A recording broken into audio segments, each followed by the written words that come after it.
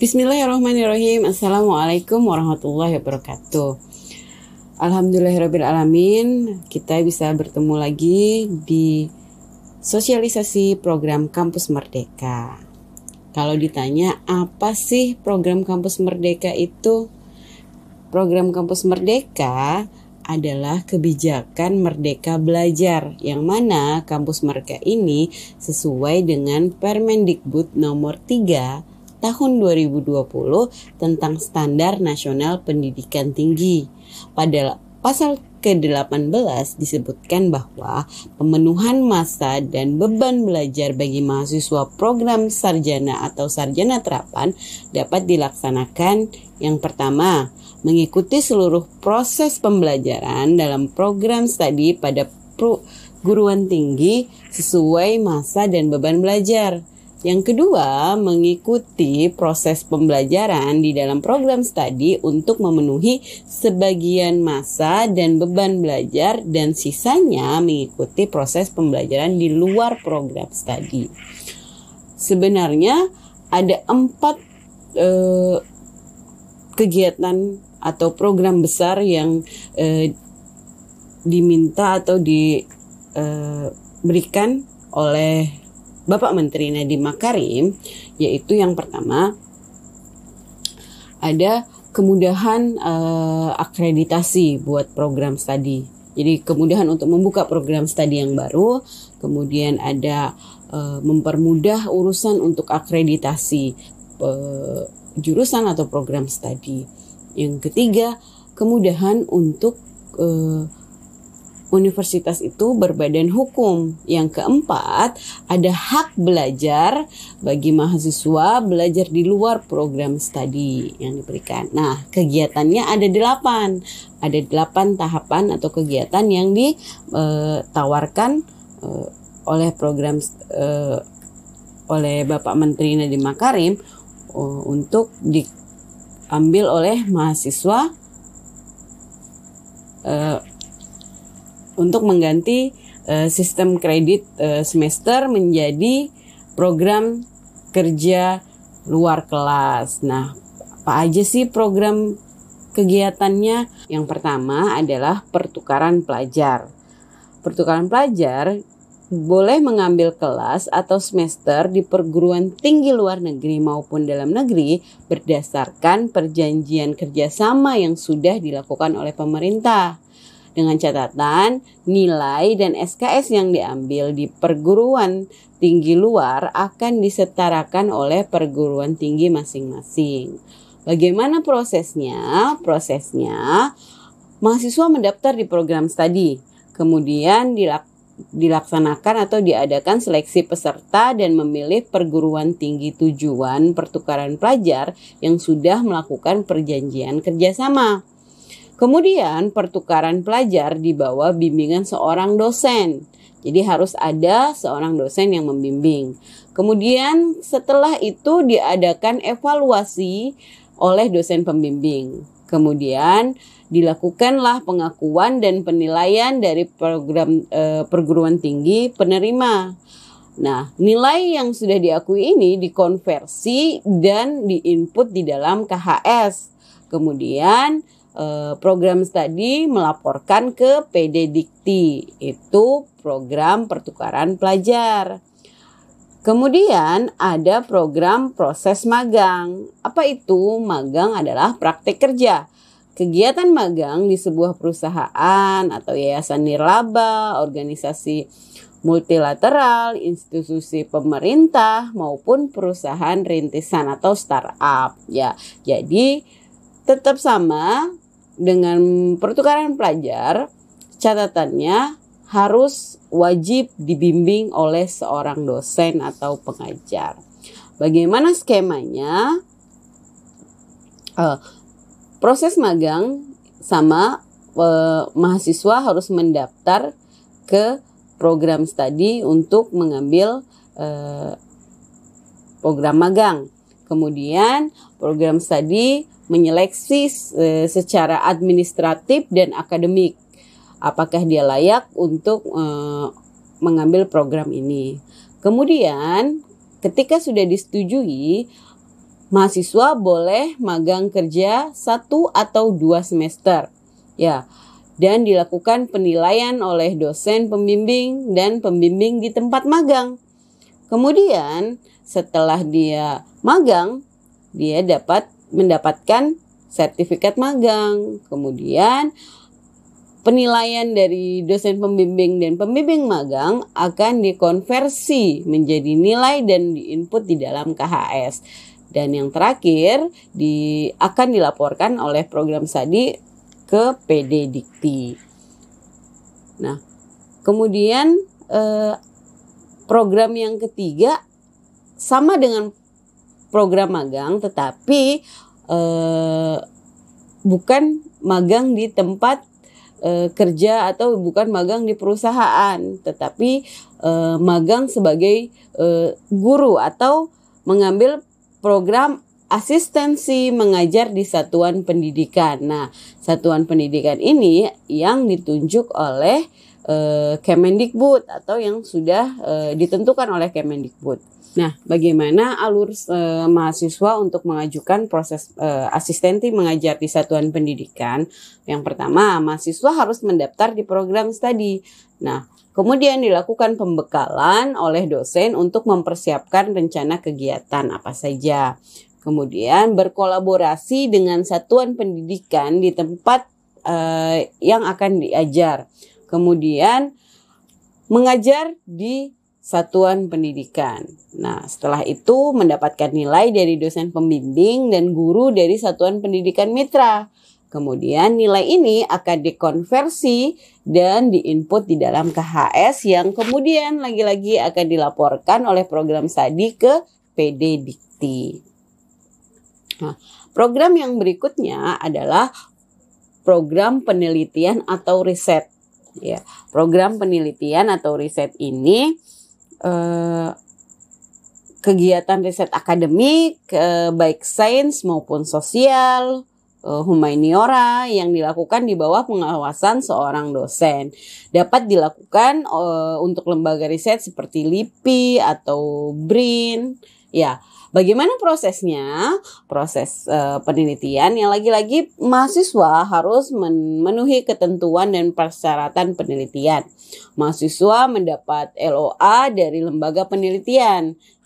Kemudian durasi penelitian setara dengan 20 sampai 40 SKS. Kemudian pendampingan dan evaluasi dari seorang dosen dan atau tim research. Kemudian hasil penelitian akan disidangkan dan hasilnya penelitian oleh seorang dosen atau pembimbing.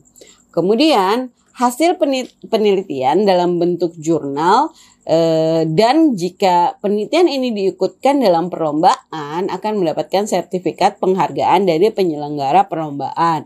Nah, hasilnya kemudian akan dikonversi menjadi nilai dan diinput di dalam KHS dan pasti akan dilaporkan oleh program studi ke PD Dikti. Kemudian program selanjutnya adalah proses program proyek kemanusiaan. Jadi mahasiswa bisa memenuhi 3 semesternya atau hak belajarnya dengan mengikuti proyek kemanusiaan. Bagaimana sistemnya? Mahasiswa menentukan proyek kemanusiaan bersama organisasi resmi. Jadi proyek kemanusiaan apa yang akan diambil, dia harus sudah tentukan di awal. Kemudian dia susun dalam bentuk proposal proyek kemanusiaan. Tapi apabila proyek kemanusiaan itu bersifat tanggap darurat atau sifatnya, maka tidak diperlukan proposal. Kemudian 1 kali program kemanusiaan itu maksimal 1 semester dan dapat mengajukan lagi di semester berikutnya. Kemudian penilaian dilakukan oleh dosen pembimbing sesuai pedoman perguruan tinggi dan dengan memperhatikan beberapa unsur. Kemudian akan diadakan rekognisi. ya, program kemanusiaan tanggap darurat melalui pembahasan penyetaraan SKS. Kalau program kemanusiaannya yang tanggap darurat. Kemudian penilaian oleh seorang pembimbing itu dikonversi nilainya dan diinput di dalam KHS, dan program studi akan melaporkannya ke PDDikti sebagai nilai outputnya. Kemudian program berikutnya adalah program kewirausahaan. Nah, program kewirausahaan adalah mahasiswa mengembangkan kegiatan wirausaha secara mandiri, dibuktikan dengan penjelasan proposal, ya. Jadi dia mengajukan proposal sebagai bentuk apa yang dia inginkan, usaha apa yang akan dia ajukan sebagai pengganti semesternya. Nah, setelah menyusun proposal, seorang mahasiswa ini dilakukan penilaian proposal dan rekognisi mata kuliah oleh dosen pembimbing, ya. Kemudian program studi menunjuk satu dosen yang menjadi mentor, ya, dan akan membimbing dia. Kemudian mahasiswa ini menjalankan usahanya selama 1 atau 2 semester, dan dia harus menyusun laporan wirausaha. Kemudian dari laporan ini akan dinilai dan dikonversi nilainya dan diinput di dalam KHS yang akan dilaporkan oleh program studi kepada ke PDDikti. Kemudian program berikutnya adalah proyek independen, ya, atau program studi atau proyek independen. Apa saja? Ya, proyek independen, mahasiswa dapat mengembangkan sebuah proyek, ya, berdasarkan topik sosial dan dapat dikerjakan bersama-sama dengan mahasiswa yang lain, ya, dengan catatan wajib dibimbing oleh seorang dosen. Oke. Nah, bagaimana proses program studi atau proyek independen ini? Nah, seorang mahasiswa akan mendaftarkan mata kuliahnya di KRS. Kemudian dilakukan seleksi. Jika lulus, ya, proposal yang diajukan yang sudah diuji atau dinilai oleh tim yang ditunjuk oleh perguruan tinggi, maka mahasiswa ini dapat dapat studi secara independen 1-2 semester didampingi seorang dosen pembimbing.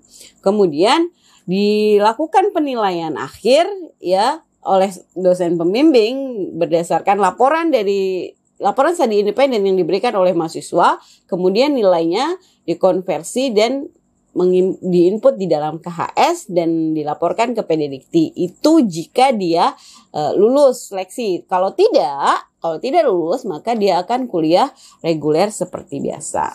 Kemudian program yang berikutnya adalah program kuliah kerja nyata tematik. Nah, kuliah kerja nyata tematik yaitu adalah seorang mahasiswa melakukan kuliah kerja nyata yang akan dilakukan di sebuah desa. Dia akan membina desa ini, gitu ya. Bagaimana prosesnya? Prosesnya adalah mahasiswa mendaftar mata kuliah di KRS, kemudian mahasiswa ini mendaftarkan kegiatan proyek di desa seperti KKN, bisa di BUMDes atau di Eco Village. Kemudian sebelum dia melakukan KKN kuliah kerja nyata tematik ini, dia harus mencari dan menentukan desa binaannya. Kemudian sebelum dia melaksanakan, dia harus mensurvei lapangan dulu. Dia harus survei desanya seperti apa yang dibutuhkan oleh desa ini. Kemudian dilakukan seleksi proposal hasil survei di lapangan tersebut. Nah, ketika disetujui oleh tim penilai, maka dilaksanakanlah proyek yang sudah dirancang yang sesuai dengan kebutuhan di desa ini. Nah, hasilnya nilai yang akan dikonversi dan diinput di dalam KHS, kemudian Proyek di desa diakui oleh instansi terkait dengan sertifikat. Ya, bisa dari kepala desanya atau lurahnya, siapapun yang memiliki wewenang di situ. Nah, kemudian program studi akan menginput atau melaporkan program yang sudah dilaksanakan ini ke PDDikti. Jadi ada 8 program besar yang bisa diambil mahasiswa untuk mengganti perkuliahan regulernya dengan dia melaksanakan pertukaran pelajar, kuliah kerja nyata tematik, magang di tempat kerja atau asistensi mengajar, proyek kemanusiaan, atau dia berwirausaha, semuanya akan mendapatkan nilai dan tetap terhitung sebagai SKS. Jadi 8 program ini sangat menarik buat mahasiswa-mahasiswa yang mau merasakan belajar di luar kelas. Jadi ada 8 programnya, yang dari program keempat yaitu hak belajar 3 semester di luar program studi. Baik, jadi kesimpulannya seorang mahasiswa dengan program Kampus Merdeka ini diharapkan lebih baik lagi dalam belajarnya, tidak hanya di dalam kelas tetapi di luar kelas, lebih bisa terjun langsung ke dunia kerja nyata. Oke, teman-teman, sampai di sini semoga bisa dipahami dan semoga program Kampus Merdeka ini segera dapat dirasakan dan dapat dilaksanakan oleh kita semua. Terima kasih. Assalamualaikum warahmatullahi wabarakatuh.